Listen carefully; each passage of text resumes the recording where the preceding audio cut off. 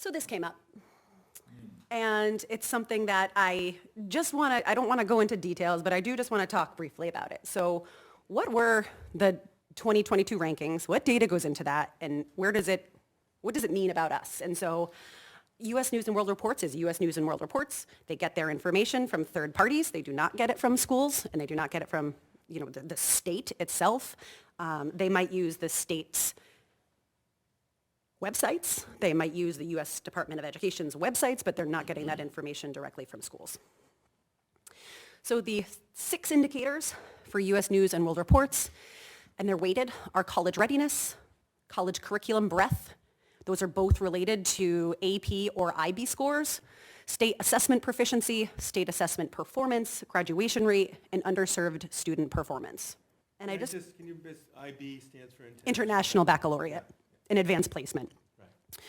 So college readiness is the proportion of 12th graders who took and passed at least one AP or IB exam.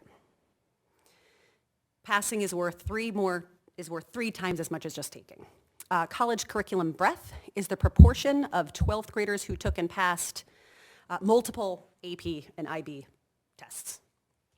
State assessment proficiency is the aggregated scores on math, reading, and often science assessments. So some states might not have had a science assessment. For example, our field test for the new science assessment was just 2 years ago, and that may be required to pass for graduation. So for example, in Massachusetts, it would probably be the MCAS, where the students have to pass ELA, math, and a science in order to graduate. And then state assessment performance, that's how aggregated scores on state assessments compare with U.S. News' expectations, given proportions of students who are Black, Hispanic, and from low-income households. Graduation rate, pretty straightforward. It's the number of students who graduate in 4 years. And then underserved student performance, and that is a measure of assessing learning outcomes only amongst Black, Hispanic, and low-income students. So the 2022 rankings were very unique.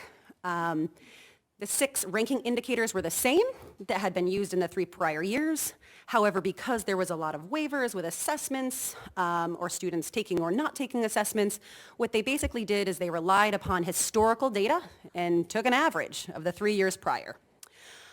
Specifically an average of the following years and academic subjects was used, so it was 2016-17 math and reading data, 2017 and 18 math and reading data, and 2018-2019 math, reading, and science assessment data that was available to them through these third-party, I want to say companies. So this is our ranking factors, and there's a whole lot of not applicable. You'll see college readiness index rank and the college breadth index rank as not applicable, and you might wonder why, because our students are crushing it right now in AP land. Last year, 89% of our students scored a 3 or higher on an AP exam if they took it. That's incredible. Unfortunately, the Maine Department of Education does not collect and therefore does not release AP scores to U.S. News and World Reports. So nobody in the state of Maine's AP scores would be counted in their ranking factors. However, if they have an IB program, it does. So U.S. News collects their information from the College Board, from International Baccalaureate, the Common Core of Data, which is the U.S. Department of Education, and state agency websites. So I guess my point is in terms of U.S. News and World Reports, number one is the data is an average of 3 years ago, and it's not relevant. And then I think just talking about where we stand as an educational system, it's important to realize that we've had multiple different assessment types at the state level, so trying to find out exactly where we stand right now has been a little bit difficult over the past few years. But again, hoping with this new 3-year assessment, while some things might be changed and tweaked, which is fine, we'll finally have a way to really see where we stand, as a system, particularly as compared to the state as a whole. Is it true that the higher ranking schools in Maine have international baccalaureate programs? The top 2 schools, high schools in Maine, do have IB programs. And I believe, I looked at the top 15 schools. Of the top 15 schools, there are 3 that have IB programs. 2 of them are at the top of the list. Yes, yeah. That is true. And that there's more expense involved in having that kind of a program? The launch to start an IB program is quite expensive, yes. Yeah. Yes. So if you want to bolster your scores, then create an IB program. And then we'd have to tell the budget committee, we need the program, and then we're going to get questioned on the cost. So I just want to point that out. If you really want to get your world news and ranking, numbers up, start an IB program. And I think if that's what matters, right? So if our U.S. News and World Report rankings matter, and we know that the state of Maine is never going to release our AP scores, which could bolster us pretty quickly. Our scores are wonderful. There's other things we could do, but starting an international baccalaureate program is probably a couple $100,000. Can we, as a school department, release I don't know if you know the answer, can we, as a school district, release the AP scores to World News and Report? I asked that and was given conflicting information. So on the end of the College Board says we can ask the state to, even though they opted out, to opt us in. However, the state of Maine feels very strongly that AP scores are really students to be able to share. So as a student, do I want you to sort of unilaterally say, here's my data? So that's the... Yeah, go ahead. When it goes from us to the state or the state to U.S. News and World Report, are there names attached, or is it just general information about AP scores? That's something that I have to specifically ask the state about. So back in the 2015-2019 world, when we were using SAT falls under College Board. AP falls under College Board. So it is likely, since that was our state assessment, that all of that information, because students have the exact same ID numbers, kind of pooled together in one package, right? Because AP scores used to be included a few years ago, and I believe since that we've shifted away from SAT, and I'm not positive on this, it's just my trying to be an investigative reporter of this, that's why those scores are no longer shared. But the state of Maine does not collect our AP scores. We have our AP scores. The College Board has our AP scores, obviously, but whether or not the College Board will release them to U.S. News and World Report, I'm being told is a state decision, and they have to sort of go by the state's wishes. So And I it's think sort of a there weird. are some states that don't value that report. Yes, that's true. That's why they don't release the... That's true. the And there are data. some states where AP scores are part of their assessment system. Right. They're not part of ours. Other thoughts or comments on that? Because we've got Yeah, questions. Dr. Go ahead, Michaud, Rob. I didn't quite catch, what was the very rough estimate you gave of the startup cost on that? He said what was the, Couple $100,000, Probably 150. right, and then you're going to have... I mean, we have to send, if we Yeah. took our 21 AP courses that we offer right now, and we said, we're going to train teachers in these courses, we're going to send them to training, there's a pretty significant startup fee to just be part of that program. Right. I've never taught an IB course. I've taught AP courses before. I'd have to really ask what to get a specific number, but I don't believe it's something that we can just sort of flip on a can't just dime and be flip like, the we're just going to do switch. IB now. Well, you're also going to have to, it's a change in your culture, too. Yes. You're having Yes. staff that need to come along with that, and that's time and energy as well. Certainly. So it's I something... mean, is it something that would be completely out of the question? I don't want to say no. I think it's not something that's going to happen in September. It requires training and conversations with the International Baccalaureate organization.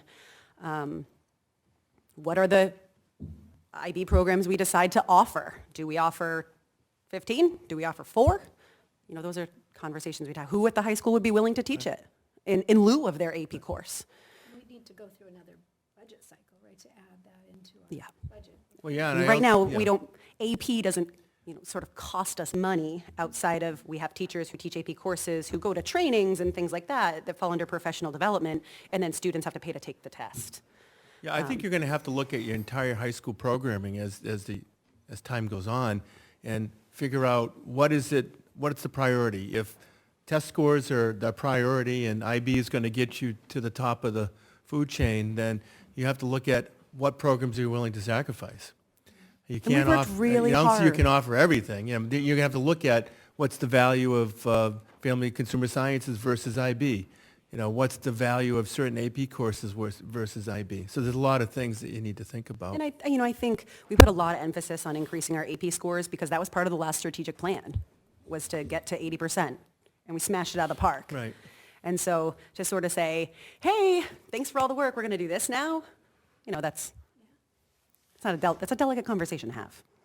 I mean, outside of the increased score of U.S. News and World Report, like what would the value of starting an IB program versus an exceptionally good AP program be? That's a great question. They're two different philosophies. So if you take an AP course, there is an expectation that you take the high-stakes, very rigorous AP exam at the end. IBs run a little differently. Many of the courses, instead of just 1 year, they're 2 years. There's a greater depth of knowledge that's attached to it. I think people who have IB programs think that they're wonderful. I think teachers who teach AP classes think that that's the way to go. It really is sort of which philosophical approach do you want to go for. This is a conversation we had a lot at the high school while I was there. And I think people who are with an AP course, you have a very rigid curriculum. If you don't teach that curriculum, your kids aren't going to do well. And IB, it's the same thing, but it's a little bit different approach. It's a little bit different topics.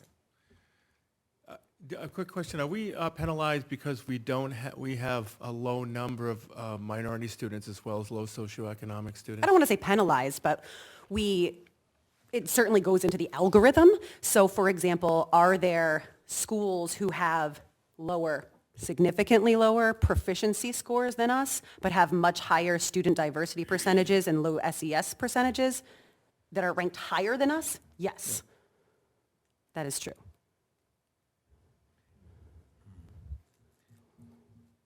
And our graduation rate, however, is, Good news. It's on that- fine. Good Yeah. news on that front. Yeah. We're Exactly. fine in that area. so, I mean, this is one of many data points that we consider when we look at the value of a school. Absolutely. Yeah. And I know at the budget committee meeting, you sort of did, I think you were sort of like on the fly, giving them all of this information. Yes. Right? But I'm wondering just going forward, I don't know if we would have the opportunity, but if we did, if it would make sense to do a presentation like this in advance of budget season to the budget Yeah. committee? Because I know some of the questions that were asked of you, and maybe not even just of you, but I know someone asked about, why are we offering so many courses? We should offer less courses, or perhaps make parents pay if they want their kids to take these classes. And I just think some of that comes down to maybe not having that understanding, and if you in particular really could share that with them so they understand going into it, what exactly do all these numbers mean? Sure. That might be helpful. Yeah, absolutely. I'm also glad that you brought that up. So AP for me, back to AP. AP for me used to be a program where any student could take a variety of AP classes, almost all of them, but not all, through the state of Maine. That has since shifted to the University of Maine system. So that also is no longer an attachment to the Maine Department of Education. So I just kind of want to throw that out there as well. But yes, I'm happy to do a presentation anytime. don't I love want data. to hear from you. Do a ton. And I think it's just, there's a lot of different data points that we can look at. And, depending on what things we look at, it may tell a different story. And I think at the end of the day, and this should be something we think about going into strategic planning, is what is it that we value? And I think we can all argue that we do value student academic achievement. And then what is our measure of how we're going to say we're doing good? I don't know how far you want to go into this evening, but let me start this thread, because I have a memory bite from I like backup a couple years ago. This is tangentially related. I'll get to it, okay? So wouldn't a better indicator, devoid of scores, no scoring, no ranking, but wouldn't a better indicator of our students' preparedness for college be, do they finish the college they started at? Do they have to take remedial math and English courses when they get there? And those kinds of things. But we have not seemed to be able to crack the nut on alumni feedback. And I think that's a very important piece for our own use. I agree. Not to put in the newspaper and put on our website with a big banner, #2 in the state. Well, look how many of our kids don't have to take remedial English because our English department is getting them ready for college. I'll put that on the banner, right? But, so I'm just, I can't get to a question, but why can't we figure out how to get feedback from those 89% of our kids that go to colleges? You don't have to answer tonight, but Well, I just, think we can get some of that information through Naviance. So Naviance is what we use for students as they're going through the college application process. And I believe that there is data continually collected on those students, particularly if they transfer. So let's say that we wanted to think about the percentage of students who go away to a 4-year college, come back within that first year, and are now at a 2-year, community college. Are we saying that that's bad? Or are we saying that, it wasn't a good fit and the appropriate life path for that student is actually to go to a community college? So or are we saying that, Right, and the cost. what about for you our know. students who go off into the workforce? And that's the best choice for them. How do we measure that positive impact? So there's a lot there to think about. Or trade school, I mean, I know that Exactly. there has been a lot of discussion around that you can be a school system that values college readiness and college education while also Yes. valuing the trades or going into the workforce, and how do we find that balance? So that Exactly. kids that don't want to go to college, or maybe aren't just meant to go to college, don't feel as if their life choices are somehow. Less than, exactly. And I think, I've been here a few times with presentations about internships with the sewer and the water department, right? For me, personally, every child deserves to leave high school, York High School, with a plan that fits them. And I think that that's what matters most. It might be a 2-year college. It might be a 4-year college. It might be a career. It might be a trade school. It's whatever's the right fit for that student. well, we could ask someone how they're doing tonight. Oh, she's shocked. I mean, do you think you're gonna get that kind of in June? You're a senior? Yeah. Okay. In June, do you think you're gonna have a life plan, or a 2-year plan, let's say? I would have at least a 2-year. Speaking of the mic, I think that I would have at least a 2-year plan. Obviously, some people get somewhere and once they live there for a little bit, they're like, oh, I don't like it, and they want to go somewhere else. But you can't really know that by touring the school for a day. So we'll see what happens when I get there. okay? Good It's a answer. legitimate response, yeah, you're right. And like you were alluding to as well, Dr. Kujulik, that sometimes I do try that. I go away to college, I give it a shot, I am prepared, like you're saying, Dave. I was set up well, but then maybe it's the first time I've been away from home completely. Oh, yeah, there's a lot of factors. Right, there's all those things. And the good news is even if I do make different decisions later, I still have that foundation that never goes away. Right. Yeah. That was good being put on, look at that. Yeah. Been around for a couple of years. She knows Yeah. what she's doing. I could throw you off your game. All right, other questions or anything else for Ellen?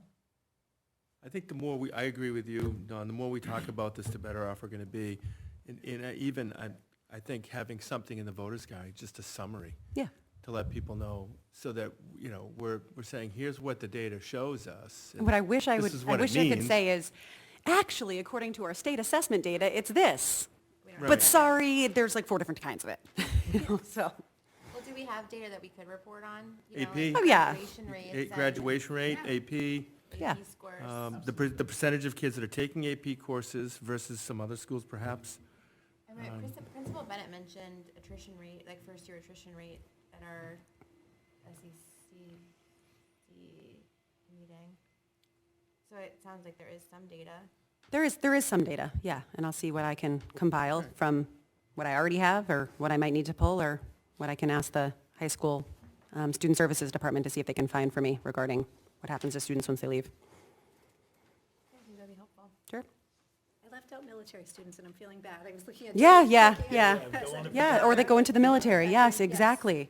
Right, so we have students who go into the military, who go into the trades, who go to 2-year colleges, who go to 4-year colleges, and they're all valuable. We've had graduates going to the Naval Academy, the Air Force Academy, women and men and young women. So, yeah, it's a combination of things you want to look at. Absolutely. And I definitely agree, Lou, that we should have, highlight that in the voter's guide. I think that helps a lot. Sure. Tells the entire story.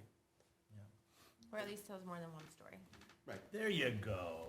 Or who was it that says the rest of the story? What was the guy's name? Oh, that The was rest Paul of the Harvey. story? Yeah, Paul Harvey. Oh, Paul Harvey, the rest of the That's story. the rest of the story. That's the rest of the story. All right. Thank you, I everybody. just dated myself. Me too. Thank you very much. It's like, oh my gosh. How many people don't know what She that was like, I don't reference? even know what you're talking about. It's Oh, she okay. doesn't know either? We'll tell her I later. assume Katie wasn't Yeah, gonna know. we'll fill you in. The Paul Harvey reference? It's okay. We'll talk to you after the And meeting. that's the rest of the We'll story. educate. Okay. That's to be followed up on. Okay, no public. Thank you again, Ellen. So we're gonna move right over to the new business. As I understand, there is no recommendations. Correct. So consent agenda. We had that item. I move to accept the consent agenda.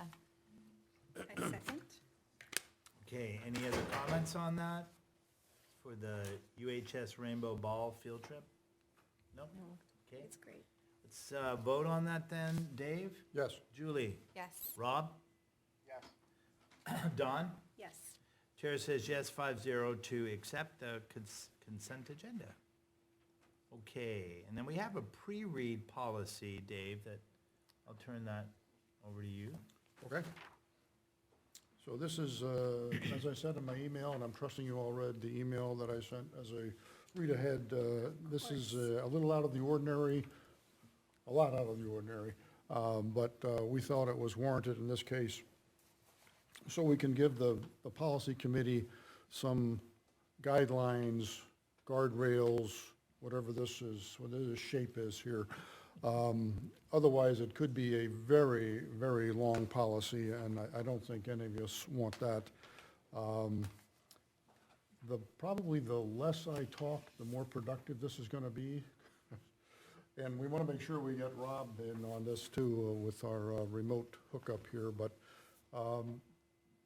we don't have to definitively decide on anything, but just if you speak into the microphone and we can watch this again, so we get the body language, we get the intonation in people's voices when we're talking about, what? You mean you want to name it after dead people? You know, then we'll be able to shape what the policy should look like. So people is probably the touchiest and would be the most difficult if we retain that in the policy. So I'll stop talking and let you all pile on here. My thought about having people as a possibility is, I think recent events have shown us how history looks at people changes over time, and I wouldn't want to name it after a person and unknowingly cause years and years of hurt to a person or group of people, and only to find out later that we shouldn't have. But also, I think the other thing that we've become very aware of is people have lots of skeletons in their closet that maybe we don't know about, so maybe it's not something about what they represented, but who they were personally that could come out later. That I personally, I would just rather stay away from naming buildings after people.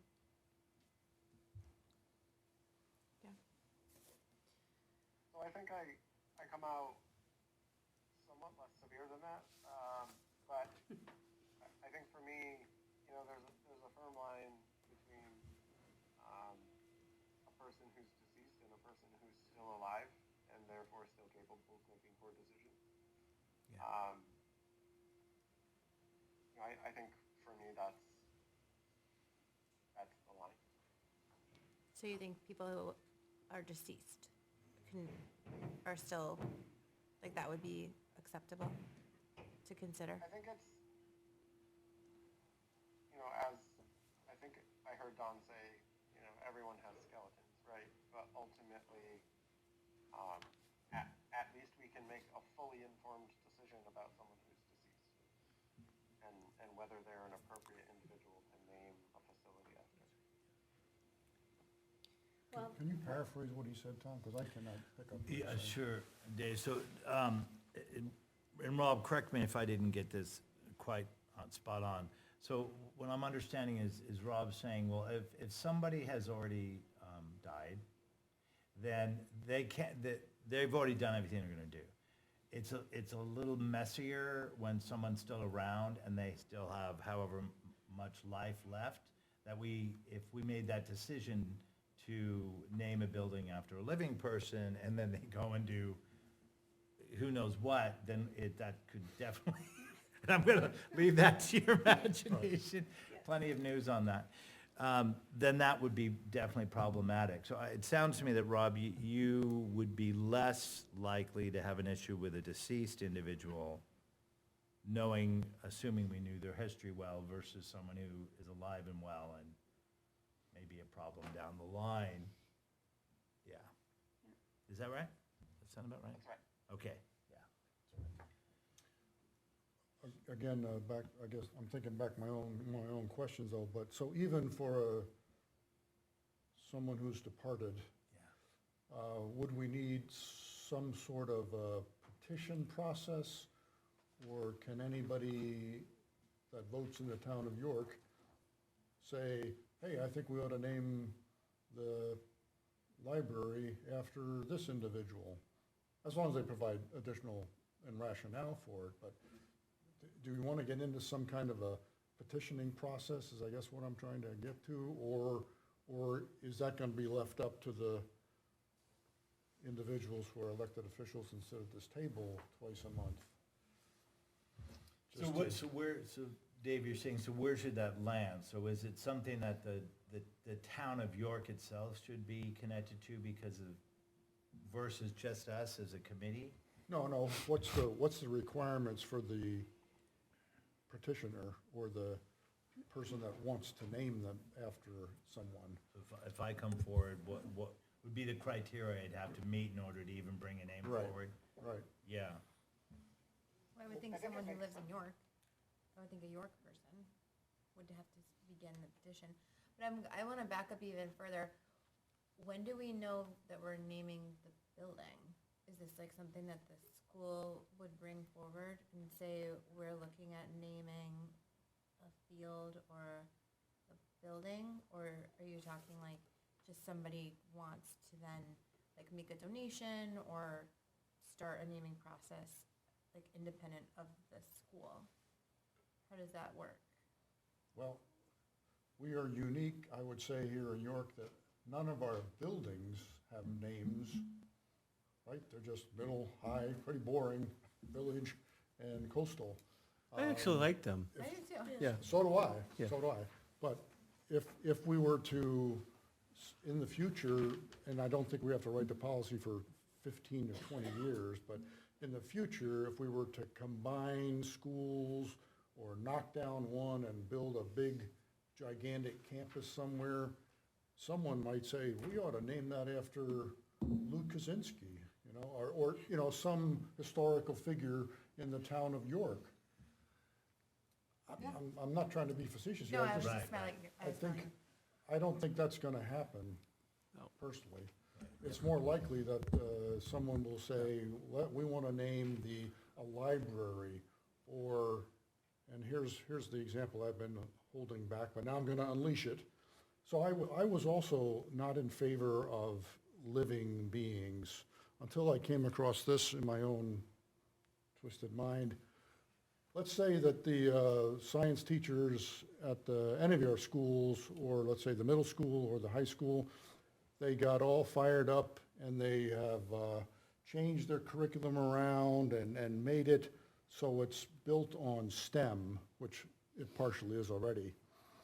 And we want to, and they've changed the layout of the rooms, and it's like, and now it's a science wing, and they want to name the science wing after, and I'm going to do some name dropping here, Chris Cassidy. Anybody know who Chris Cassidy is? Yes. Yes. Right? He's a famous, to some, York High School alumnus who was a Naval Academy graduate, a SEAL, graduated for a master's degree at MIT, an astronaut. I think he holds the world record or the US record for revolutions around Run the world? globe. Yeah. Wow. And they'd say, and Chris is still alive, right? He's Yes. younger than I am, much younger than I am. And we want to name the science wing after Chris Cassidy and have him here and it'll be on national TV. And they look out the policy and says, sorry, Chris, you're alive.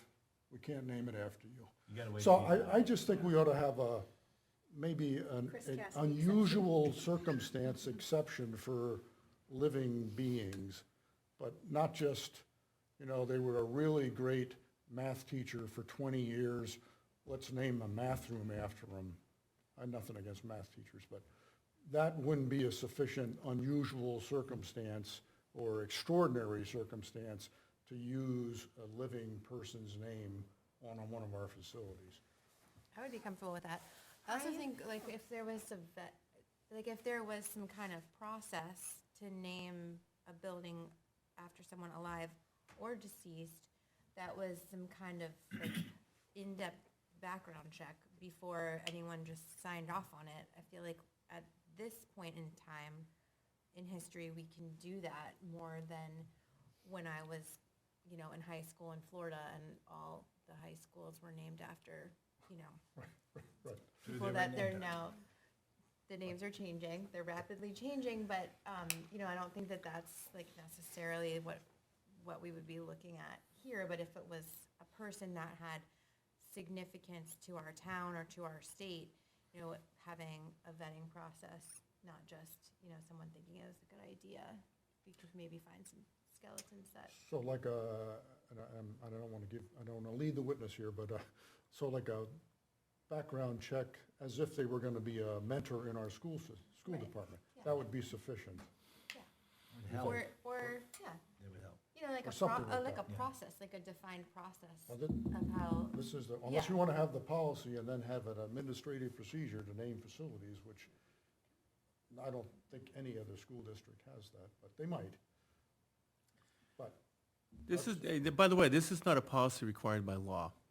Right. This is a policy that I think established right before I came on board. Dave, correct me if I'm wrong. I think there was some rooms named without the knowledge of the school committee in well, I prior think they years were- past. Well, we won't go into that. but- Yeah.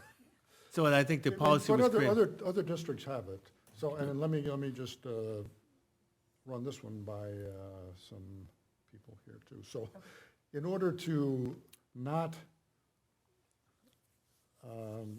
disenfranchise the public because they can't name a facility after an individual, they put words in their policy like, here are some other ways to honor your loved ones, a scholarship. And it's a list of about 3 things other than a placard on the baseball field.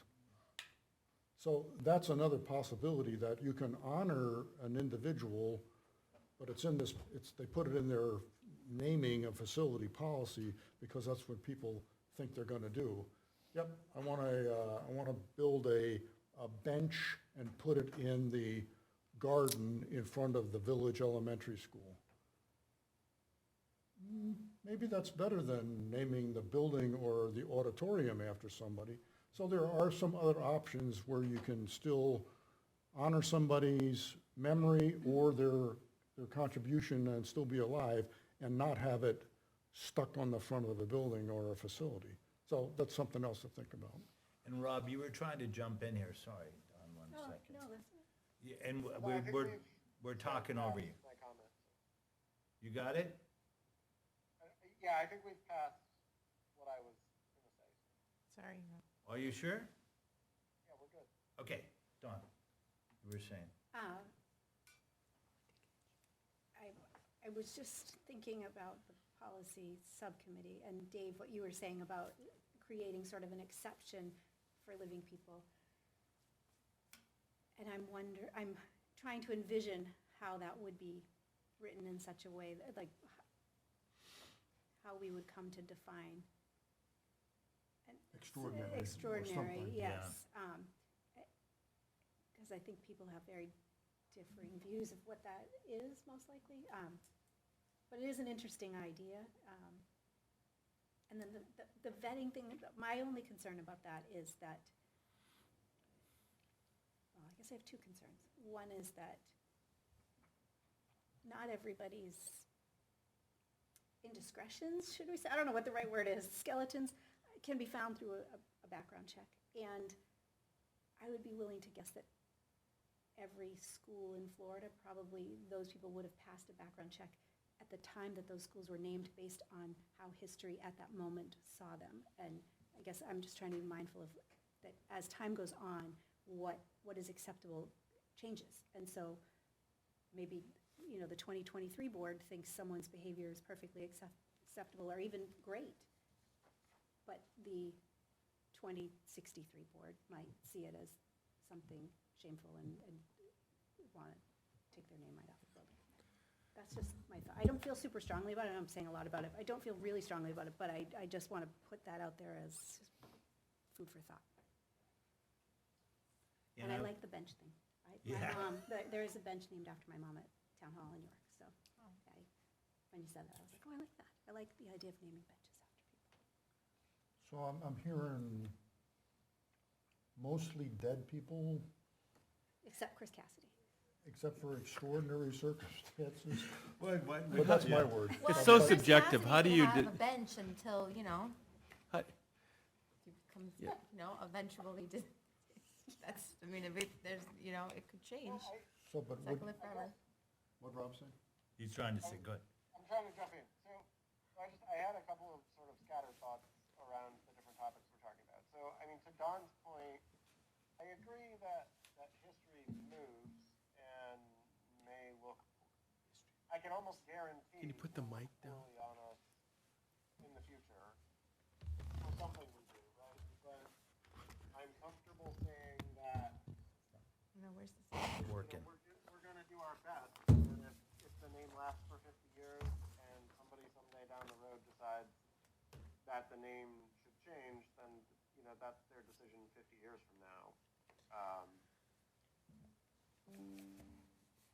I guess I'm less concerned with that long of an out. Can you hear me? Yeah, we just want to make sure everyone else can hear you, yeah. Okay, and then, you know, as far as exceptional cases go, I agree that an extremely high achiever of national significance, like Mr. Cassidy, you know, would be an excellent candidate for an exception, but one thing I'd want to be cognizant of is I wouldn't want financial contributions to be considered as part of that exceptional criterion. So, I don't want someone to come buy their way onto the building, is basically what, you know, to be more blunt about it. like, people in the past have done, they've put their names on buildings by making large donations. Right, and Yeah. that's not to say donations are unwelcome, but I just think, Doesn't mean you get your name on a building. inherently inequitable without, you know. It's interesting in this country, depending on what region of the country you live in, some states welcome that, like Nevada. They'll name their, schools after high, rollers that donate money. But you get into New England, it's more historical figures, less, it's just the way New England is. They're not, people in New England typically don't want that. It's interesting when you look across the country how schools are named and how corporate financiers get involved. And so that's, I think, unique to New England, what Rob is sharing. Yeah, that's a good point. And I, having read the existing policy as it is, and understanding in what 2017 we brought it in initially, there's an opportunity for us to explore what you were talking about, Dave. And until you positioned these thoughts to me, I didn't even give it a cursory glance. So now I am wondering what. So if a name gets chosen today, and let's say it meets all the criteria, and it seemed like the best choice at the time, and then we find out a decade later that it wasn't, is that a bad thing? I don't think so. I mean, we can always correct, I think, and I would hope people would feel comfortable enough to say, you know what, at the time, like you were saying, Don, at the time, that made total sense. The people in that moment felt that this was a good individual to attach to the school system. You know, here's all the criteria that was considered, and then, you know, regarding the live person, then something occurs, and we have to take the name off. Well, Yeah. that's what we'd have to do. I just look at all the strife that it's caused, taking names down, and A lot. how divisive it's been, and it's Yep. hard to sign up for that. I did have a question about, it says facilities may be named for businesses. I don't know, were you on the subcommittee in 2017? What was the thought? I'm just trying to think, I'm picturing like TD Bank High School, not liking the sound of it. So what kinds of businesses, and how would that, without a monetary donation, how would they come to be on? If you go to, maybe Zach can help me, he's still in the go to high school game thing. Is it Cape or Falmouth or Yarmouth? One of those guys has Hannaford Field. Cape Elizabeth. I think it's Cape. Is it Cape It's Cape. Elizabeth? I mean, it's like all over the place. They probably, Hannaford probably contributed a lot of money. I think they donated the entire field to the school. That's how we're gonna pay for this. That's what I mean by naming a facility We do after a have a business. Hannaford here in York.